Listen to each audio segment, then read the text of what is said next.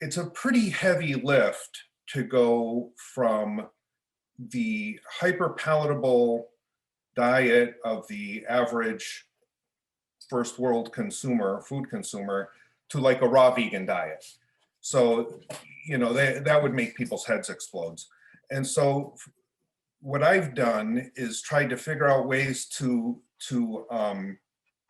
kind of just sneak in the back door. Like I make this really, really good tuna salad, except instead of using fish, it uses ground up garbanzo sprouts. And unless you're extremely sensitive, you can't tell the difference.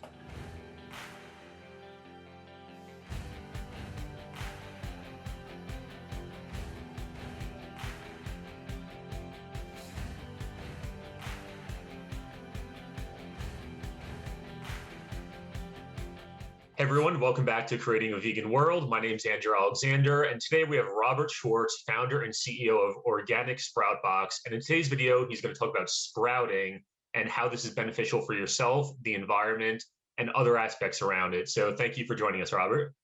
Hey, thanks for having me. Great. So I guess the first question I want to jump into before your story is, what is sprouting? And what are the benefits? Sprouting, and I brought a little kit here. So sprouting is taking a seed, these would be adzuki seeds, and then starting the germination process by putting them in a jar. I'm going to put in 3 spoonfuls.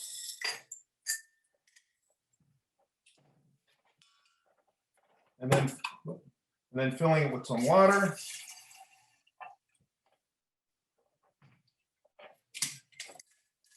And you'd let that sit about 8 hours. I normally do it overnight. And then the next stage of the seed would happen, let's just say that this was soaked for 8 hours.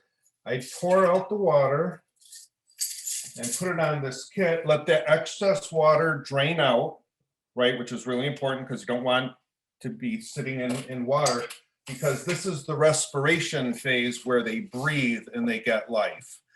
And so after the first 8-hour soak, you're just rinsing them and draining them twice per day for adzuki beans, 5 days, and it would fill up about that much of it. And then for me, I just put adzuki beans in just about anything. So I made a breakfast this morning, was adzuki beans, fried up with some potatoes and onions, and then topped with some rainbow chard, and it was just delicious. That's amazing. And it has a very, very high nutritional content too. Yeah, I was gonna say, what are the benefits? Because I've heard of sprouting before. I had a friend where they were like sprouting on their counter. I was like, okay, they taste kind of interesting, but in terms of nutrition, like what's really the health benefits of it for people who don't know? Well, so the seed has so many enzymes and amino acids that are just have to be supercharged in order to make it grow into a plant. And you're going to get all of those in a concentrated form. So they're never going to be more than those, that they're just going to be dispersed evenly throughout the plant. And each particular sprout has its own real benefit, but the thing that will be noticeable immediately when you start doing a sprout diet is the fiber is going to make you healthier in just about every aspect of your life, because the leafy sprouts have a lot of the water-soluble fiber, and then the bean sprouts have the non-water-soluble fiber. And those working in conjunction just clean out your arteries, your triglycerides will go down, your blood pressure will go down. For me, my heart rate went down, my resting heart rate. And yeah, they're just a really lot of fun to make and include in your diet. And in America, as you know, the real thing that I'm pushing up against is not the health aspect of it, because everyone is motivated about that. But there's also a lot of it goes in the spam filter, because you hear so much about health all the time. But what I've noticed is the convenience. So, give me convenience or give me death was a prediction in the 80s and has now come true. And making sprouts really convenient and really easy to make is the biggest barrier to entry that I know of. Because anyone, you don't have to put much thought into it to figure out that a sprout is probably the best thing you could add to your diet. Yeah, speaking to a registered dietitian, where Lisa Simon, she's on the channel where she's talking about, I forget, was it broccoli sprouts or some type of sprouting where you list the health benefits. I had high triglycerides last year when I got my blood work, and like obviously could help people like me, but it just seems complicated. But like the way you described it there, like you actually showed it, it's easier than you think, right? Yeah, it's totally easy, and you just have to chip away at things. Like it's a pretty heavy lift to go from the hyper palatable diet of the average first world food consumer, to like a raw vegan diet. So, that would make people's heads explode. And so what I've done is tried to figure out ways to kind of just sneak in the back door. Like I make this really, really good tuna salad, except instead of using fish, it uses ground up garbanzo sprouts. And unless you're extremely sensitive, you can't tell the difference.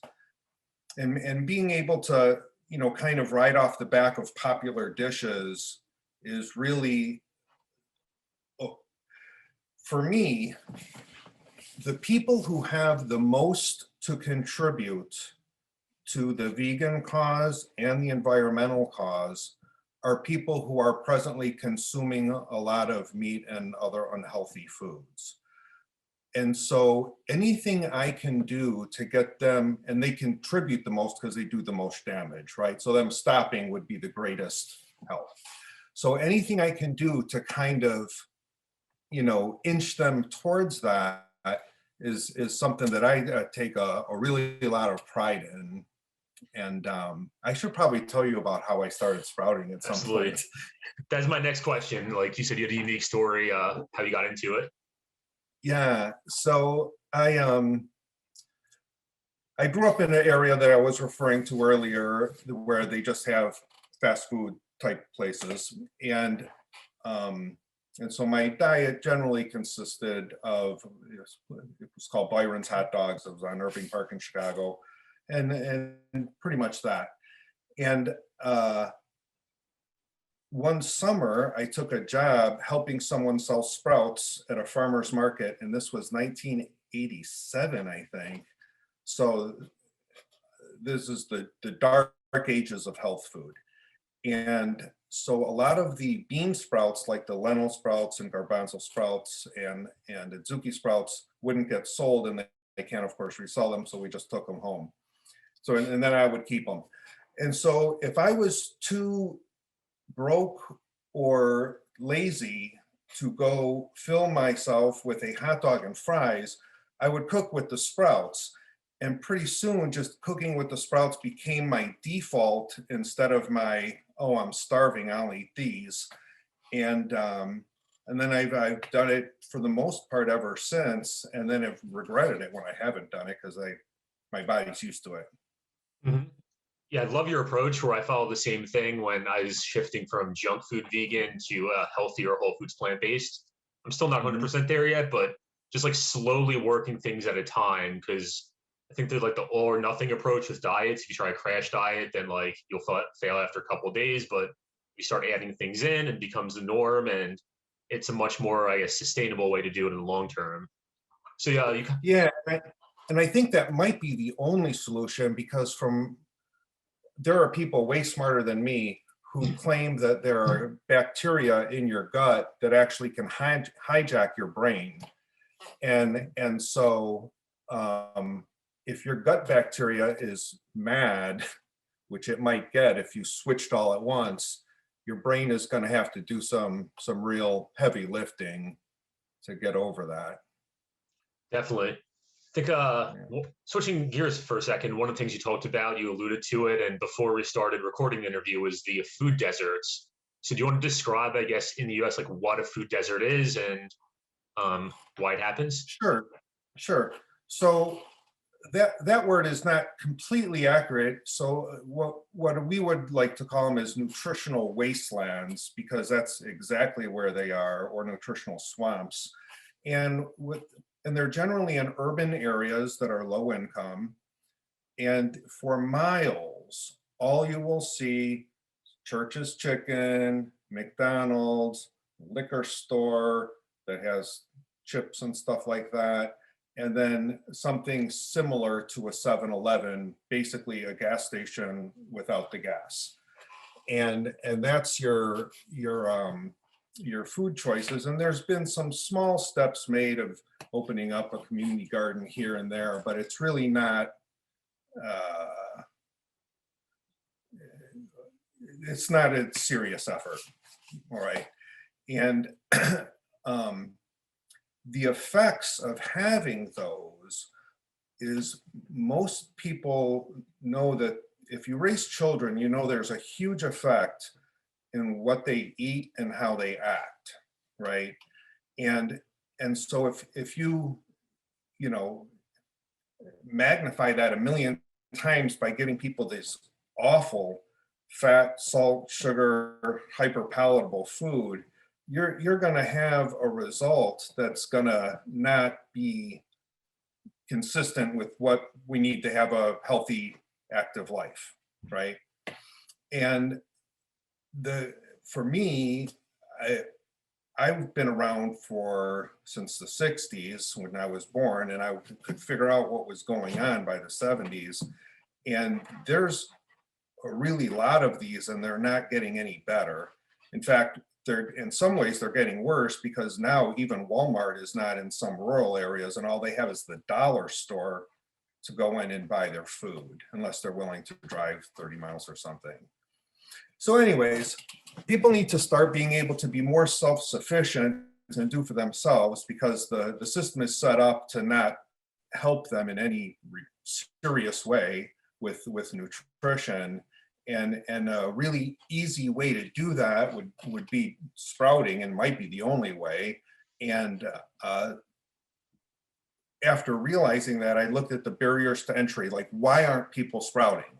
Because it has a hippie connotation to it, and it's kind of messy unless you have something like this. If you don't have the right setup, if you haven't put some thought into your setup, it'll be messy. This never makes any kind of mess.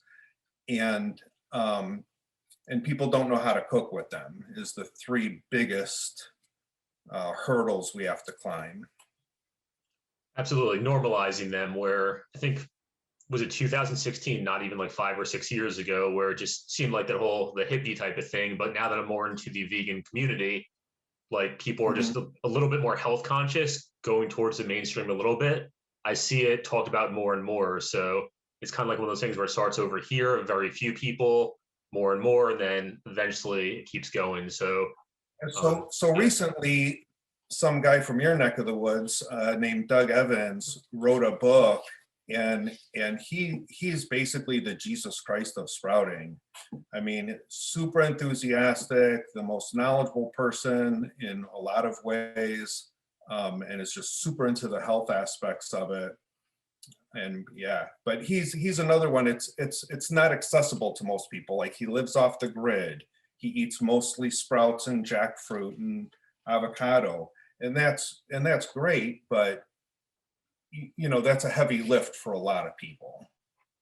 Absolutely. And you also mentioned there's an environmental impact for not doing this, and that's one of the things you wanted to share with the world. Yeah. So sprouting is the most elite environmentalistic activity you can do, except for, I guess, foraging, right? Going to the forest and picking stuff up. And it's really important that if you believe that we have any impact at all on climate change, and you believe that us mitigating that would be a good idea, you should probably want to hit at it from every angle, and sprouting just helps you hit at it in a really easy way. So it doesn't use topsoil, and people who are familiar with that, in America, we have a very serious topsoil problem because they just put in fertilizers and pesticides in the soil, and it just kind of wears it out after a while. They don't rotate the crops and stuff like that. And so it obviously uses no topsoil. They don't use any plastic packaging, right? Because you just take them out of the jar and eat them, or put them in the oven and eat them.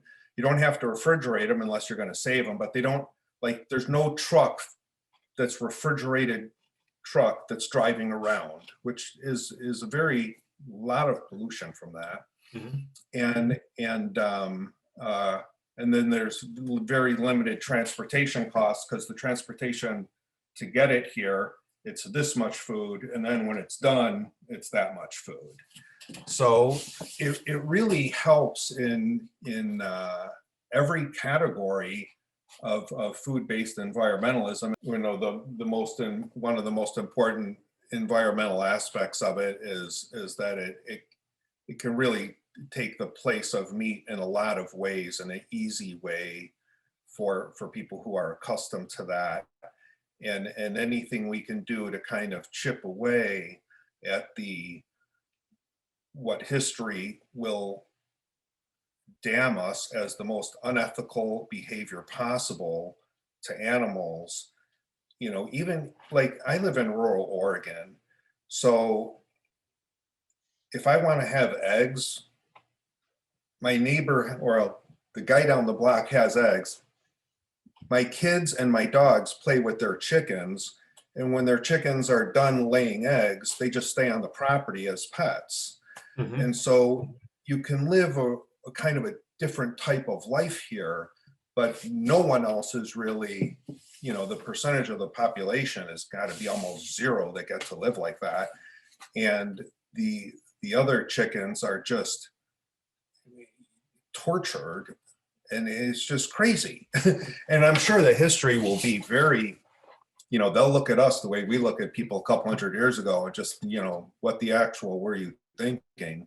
It's like you said, the normalcy in society, where like normalizing something like this, where going back to the food deserts, as I call them, sorry, you said nutritional wastelands, that's a better one, where right. When I was living in Boulder, Colorado, we had the farmers markets, but sometimes I went to like areas of Denver where I'm driving, mm-hmm. and it's just like fast food restaurant, convenience store, fast food restaurant. And like, before I got aware of the things you're talking about, that was just normal.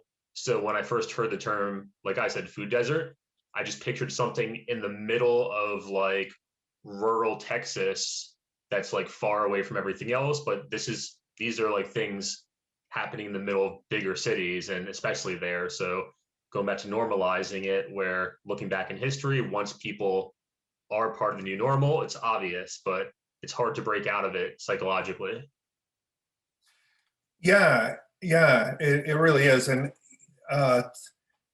there's a girl, Greta Thunberg, who's a climate activist of sorts, I think she's in her early 20s or late teens.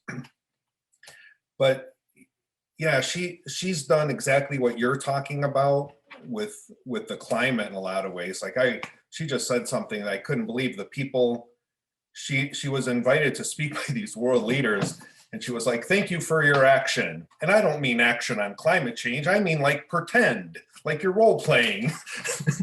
Which I thought was just great. And yeah. So, but getting back to the sprouting. So can I walk you through a little tiny bit of the how it goes down, and the kind of commitment people have to make in order to do something like that? All right. So your first commitment is putting a few spoonfuls of seeds into each jar and letting them soak for 8 hours. So that's going to take about a minute or two. And then when I let them soak,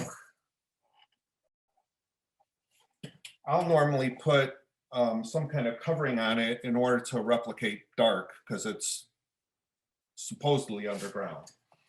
And then when we pour out the water and rinse them, you let them sit upside down for a couple minutes while you have your coffee or do your morning exercises, and then set it right side up. And once again, put the towel loosely over it in order to make it think it's dark and it's underground. And then we'll just repeat that every morning and night. And then in 5 days, 3 days for some of them, you'll have a good amount of very edible food. And so you're looking at about 2 minutes per day, 1 minute in the morning and then 1 minute in the evening.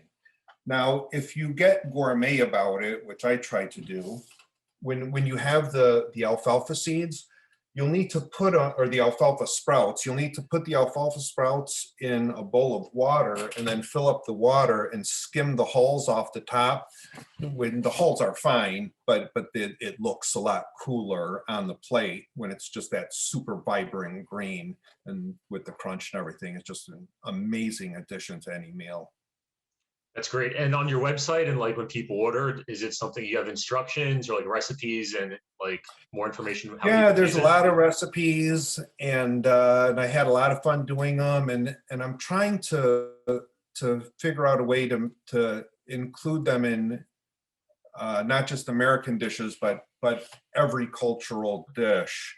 So that way, you know, people don't have to give up what they're culturally accustomed to in order to get the incredible nutritional benefits and the unintended environmental benefits by adding sprouting to your life. And, you know, we really, this COVID thing really kind of,